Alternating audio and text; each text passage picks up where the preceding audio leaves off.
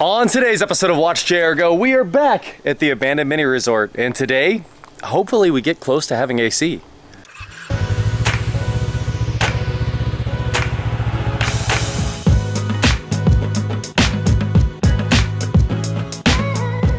What is going on, guys? I am WatchJRGo, and today I just pulled back up to the abandoned mini resort after another what we call the $1,000 trip to Lowe's. It seems like every single time we go, it does cost another $1,000. It just keeps coming, but this one was very worth it because it finishes up a lot of stuff. We're close. Hopefully we're close to the end of the money spending. It's day 14, and that's actually 14 days of working on this. I use days so that you guys are up to date on, you know, from where we started to where we are and how many days it took to get there. So one of the first things on my to-do list today is eliminating all the vegetation here. There shouldn't be any grass on my gravel pad, and you know, it lets insects get close to the camper and stuff like that. So the first thing we're gonna do is mix up some Roundup and spray all of the weeds and grass around here. I've got my sprayer right there, so that is high on the priority list. Second, we need to get light in the basement. After that $1,000 trip to Lowe's, we have one of those 8-foot strip lights. It's the same style I use in my garage at home. I love it. They're super bright and they get the light, you know, where you want it, which is everywhere. Third, and best of all, there is our mini split. That is the outdoor unit. You can see it says right on the side. This is the bracket that you use to mount that on the house. Over there is the indoor unit. I need to drag it inside. And along with that is what I'm assuming is a line set and probably a remote or something like that. All those boxes came on a pallet. So we have an air conditioner. Now I'm sure you guys noticed while I was over here, but that second window over there, the one we deleted, it looks much better, right? This window slid over so it's centered in the bedroom. That window is gone, all new siding, it's a caulked in, it's actually ready to be painted over there. So this wall, it's basically finished. And the front of the house, basically finished. It still needs caulked, and a few other little things are done, like doorbell wirings in and all that good stuff. I don't actually care about having a doorbell. This is another wide angle camera, and it'll be the new Ubiquiti camera that it's got a wide angle coming out the front so I can see everything out here, just an extra view, you know, and every Airbnb does have outdoor cameras. There won't be any indoor cameras, of course, but you know, pretty standard practice to have a Ring. We're gonna use the Ubiquiti because I love that it has two cameras. That second one looks down for packages and also has a floodlight to light up where you're walking in. So it'll be really, really cool. I do love these lights. I know I mentioned them a few times in the last video, but the reason is I bought them at a garage sale for $20 for the pair and they'd never been used. It was right beside my house. They wanted 20 bucks each. I got them for 20 for the pair. Saving money. We're saving money every day on this job. All right, in the house, we have our security wall. Check it out. It's all the OSB leaned up against the, you know, all the rooms so that nobody can really see in, even though we still have our cameras. We've got our Honda Navi parking. This is how I get around up here at the lake. Well, at least get around the neighborhood. It's just super nice to ride around and relax after you've been working for a bit. They did the finishing touches on that window. It's ready to rock and roll. And this hole over here will disappear when all the new siding's here. We have one more massive load of siding on the way, and we're gonna redo the entire back. Since we redid the entire front, might as well make a match with nice, fresh siding. It's actually a better siding too, and when it's all done, no more holes on the back of the house. Obviously, that is one of our big goals. So, our big goal for this weekend, we've got a few days to get this done, but hopefully insulate the whole thing. You can see all the wiring is already done, ready to rock and roll. Sheetrock this whole section, the front of the house. We gotta get all that sheetrock in and put the air conditioning up. I'm gonna get as far as I can on the air conditioning today, which isn't very far because I can't mount the indoor unit at all, but I think I can drill a couple holes, run some lines, get the electrical hooked up to it, get the unit on the side of the house, all that fun stuff. If I can pick it up, it's actually crazy heavy, but that is our plan. There you go. Let's get to it. We got a big to-do list. We'll start with the weeds and we'll go from there. Start with the easy stuff.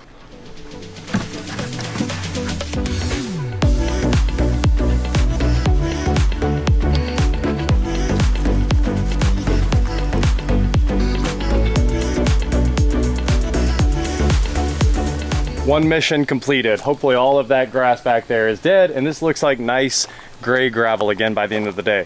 And then I think soon, as soon as this is painted and everything, I'm gonna bring two massive semis out here and we're gonna regrade this with fresh gravel and raise it up another inch or two. Because I want it to be a nice parking spot, and nice parking spots don't generally have mega rocks in the middle of them. All right, it's now pitch black dark outside. I had to wait basically the entire day for it to cool down because it got up to like 98 and 70% humidity. They were predicting thunderstorms all day. That didn't happen, luckily, but it was just soaking wet outside. Every time I came outside, I was just drenched. So I figured I'd wait till it got dark and then come out here and get back to work. So obviously, number 2 on the checklist is wire the entire basement. It's gonna be pretty simple. It's just gonna have one GFCI outlet in the basement. It's a damp area. I know it's like 6 foot above any damp surface, but still, just in case, we're putting a GFCI in here, and that will also feed the outdoor GFCI on the back porch. So light, a switch, set a box, and wire the outdoor GFCI. That is the basement's to-do list. If I get that done today, it's actually a huge amount of work, so let's get after it. There used to be an outlet in one of the back bedrooms that came down, and then this came off of that, and it's of course one of those combo Edison sockets there with a 2-prong for an extension cord, whatever. You know, everybody would put a cord down here and cut the ground plug off it. Well, we're gonna actually have grounds, and you'd pull that chain to turn on the basement light before, and that also connected to that outlet over there. And we don't need that at all. And you can also see there used to be an outdoor outlet running off of that. And all of this is going away. Not tonight, but it's all disconnected and it's all going in the trash. So it will be much cleaner down here once all the hangers are set and all the PEX is up where it belongs and all this junk is out of here too. Tonight, like I said, I just need to get that 8-foot LED hung and get some power to that so we can stop dealing with the Scanline Milwaukee rocket light. I'm sure you guys can tell it's the next morning. I look a little bit different. We're just gonna pretend that checklist that I created yesterday to work on. Of course, we got one part of it done, but the rest of it was just a cruel joke that I must have made up for some terrible reason. I wanted to get all that done, but there was no chance. First, I can't hang the unit outside. I do need a second pair of hands for that because it weighs a ton. Maybe we can get the bracket mounted today. Underneath the house, I did get some work done because I tried to work into the night. I worked for about 2 hours. I have the 8-foot light hung. I've got the wire to that. I have the boxes set. Every 30 seconds, I was pouring like so much sweat off that I could do this and just dump water off my head. And you know, after 20 minutes of that, you're just beat. So I did give up on the basement after doing quite a bit of work. Now, I love it. It's incredibly bright, and you will see it today because I should have it completely wrapped up. I just have to work as fast as I can before that 3 o'clock heat hits. So let's get to it. Bracket on the side of the house, finish the basement, and that is probably all we're gonna get done for now. Also, that giant rainstorm did actually come last night. It said they were predicting a 1/4 inch of rain. We must have gotten tons of rain. There's mud here. There's like gullies where we can see where all the soil and dirt is starting to move around. There's a new ditch right through here. There's a new one behind the house where we moved some of the dirt. At least all this grass is dying because it had 9 hours to sit after I sprayed it, but the storm was massive. It was probably hail too, so the truck looks okay, but it was beating up the camper for a while. One of today's battles is fought and won. Ignore the temporary power that is powering it from that extension cord right now. Look at that. Our front lights are working. Now, on to the AC. So I already came out here and did the annoying part of the job, which was finding what stud we were gonna hang the mini splits outdoor bracket on. Got that done, it's located, and now it's time to start putting this thing together. So the center bolt's in and it's level. There's a lot of work to do before the unit can go on. And the first thing is to get the unit out of the box and figure out where the feet need to mount. Unfortunately, the unit is my workbench, so I guess I gotta tear my workbench down.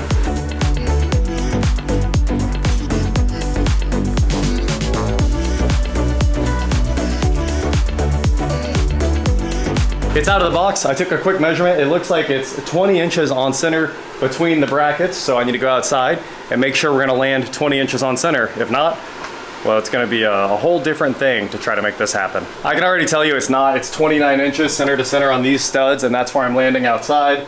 I have the center bolt in this stud, so I guess we're gonna go ahead and mount the bracket securely. We'll get that lag bolted in, and then we'll get our 20 inches between our brackets. And we have to add blocking inside because you can't just mount it to the siding. You got to mount it to something solid. So I'll have to add some 2x4s in between, 4 different 2x4s to lag bolt into. It's gonna be a monster. All right, that's looking pretty good. It's level, our brackets are where they need to be. They're 20 inches on center. All I need to do is, well, I already punched a hole. I need to go inside, add some 2x4 blocking, and boom, we're ready to put the unit on it. Many minutes later. All right, you guys want to know how much of that was fun? Zero. If it was a percentage, it'd be 0. If it was 0 to 100, it'd be -50. It was not fun. I got that thing lifted up by myself. Luckily, you can kind of get one corner on your shoulder and then turn your body sideways and get the unit up out there. But it's up. It's hanging on the house. It's very level. It's totally blocked inside. That might be all we get done today. It must be 80% plus humidity. It looks like it's gonna storm again. There's no sun.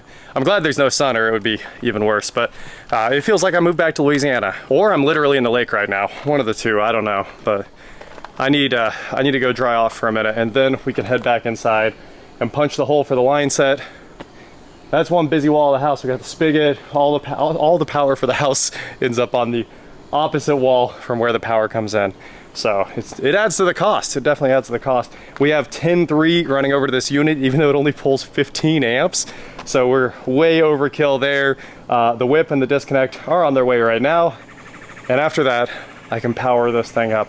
And not until we get sheetrock up, of course, but at least I can power it up when we're ready.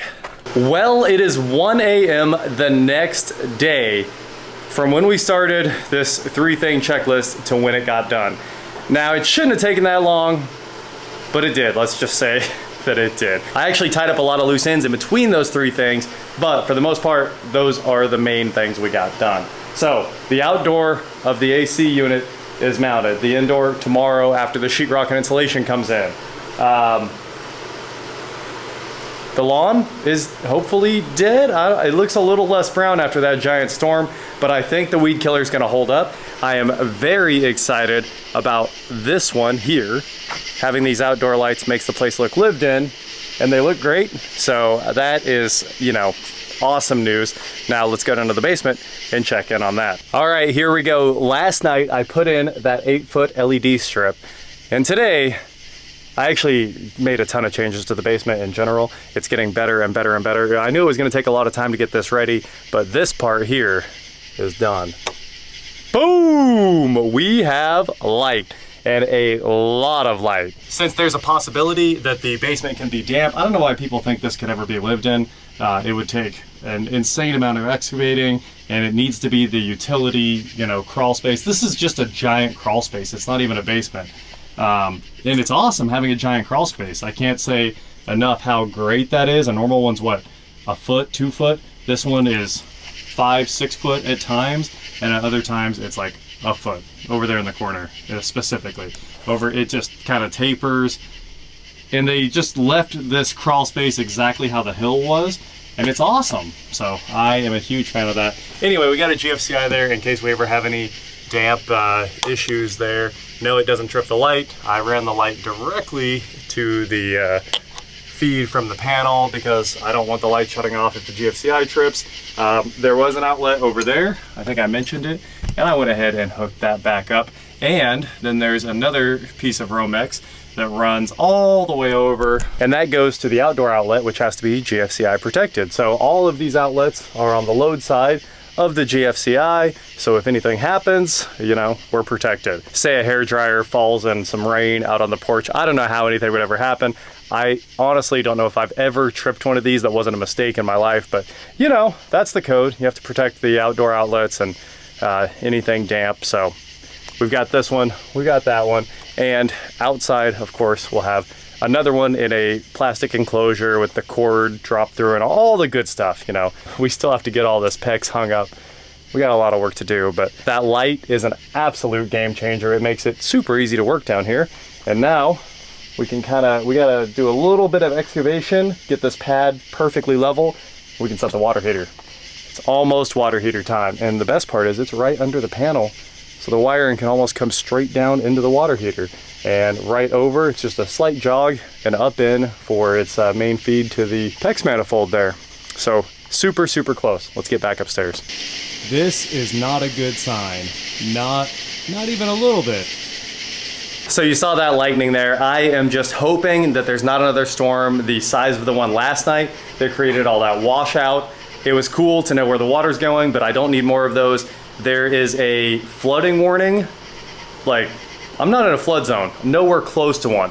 there's a flooding warning in the weather app right now saying that we could get another 5 inches of rain. So all I can do right now is hope that we can keep working all weekend, move sheetrock, all the stuff that you can't do when it's raining. I need to do all that stuff. So hopefully the weather holds out and we can get this wall sheetrocked and the air conditioning going. And that's pretty much it. That's kind of all we have to do. And once that AC's on, we can just keep working inside. So if that works, we're gonna be rocking and rolling. Who knows, we might get the whole front of the house sheetrocked, or the ceiling in, or who knows. We'll get as much done as we can as long as the weather holds up. Usually it's not this bad, but it's a bit of a crazy week. That is it for today, guys. Thank you so much for watching this episode of the Abandoned Mini Resort. We're gonna call it one day because the first day I got maybe 3 hours of work done, 2 hours of work done, something like that. And then today I worked the entire day. The shorts made it possible.